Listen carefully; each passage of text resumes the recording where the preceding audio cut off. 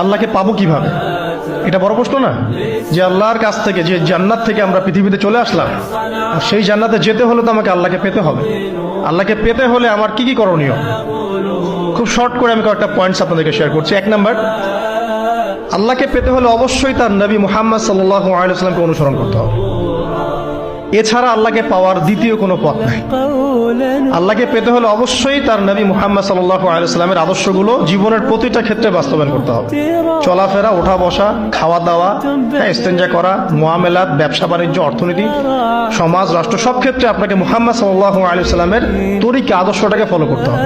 তাহলে আপনি আল্লাহকে পাবেন ইনশাআল্লাহ। যে ব্যক্তি আল্লাহকে পেয়েছে সে দুনিয়াও পেয়েছে, আখিরাতও পেয়েছে। যে আল্লাহকে পায় নাই, দুনিয়াও বরবাদ, আখিরাতও বরবাদ। 1 নাম্বার তাহলে কি কাজ?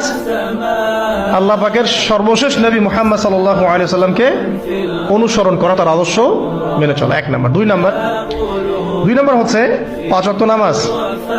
আল্লাহকে পেতে হলে নামাজ লাগবে। নামাজ নাই, আল্লাহ নাই।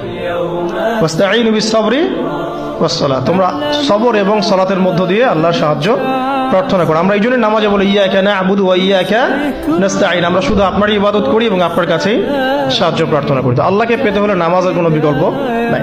যে ব্যক্তি নামাজ পড়ে না, আল্লাহর সাথে তার কোনো সম্পর্ক নেই, নো কানেকশন। আপনি যে কোনো কিছু চাচ্ছেন, সেজদায় পড়ে আল্লাহর সামনে আত্মসমর্পণ করেই চাইতে হবে। ওয়াসজুদ ওয়াক্তারিব, আল্লাহ পাক কি বলেছেন? সেজদা করো, নিকটবর্তী হও। তো ব্যাখ্যা অনেক করা যায়। নামাজ না পড়লে কিন্তু মানুষ কুফরিতে লিপ্ত হয়।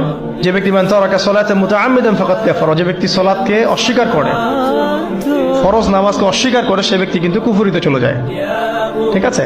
তারপরে বাইনা রাজুলি ওয়া বাইনা শিরকি ওয়াল কুফরি তারকুস সালাহ, একজন মুমিন বান্দা এবং অমুসলিমদের মধ্যে পার্থক্যই নামাজ। নামাজের বিষয়ে অনেক কথা আমি আগেও বলেছি, আপনারা শুনেছেন, অন্য আলেমদের কাছেও শুনেছেন।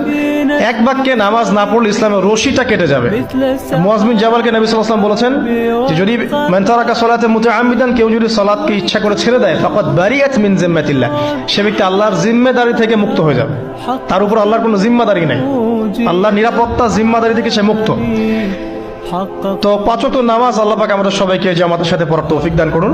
এর পাশাপাশি নফল নামাজ বাড়িয়ে দেওয়ার তৌফিক দান করুন, এবং স্পেশালি তাহাজ্জুদের নামাজ যদি পারেন 2 রাকাত হলেও নিয়মিত তাহাজ্জুদের নামাজ পড়ার তৌফিক আল্লাহ পাক আমাদেরকে দান করুন। আর নামাজের বাহ্যিকতা নিয়ে এত বেশি ঝগড়ায় যাবেন না।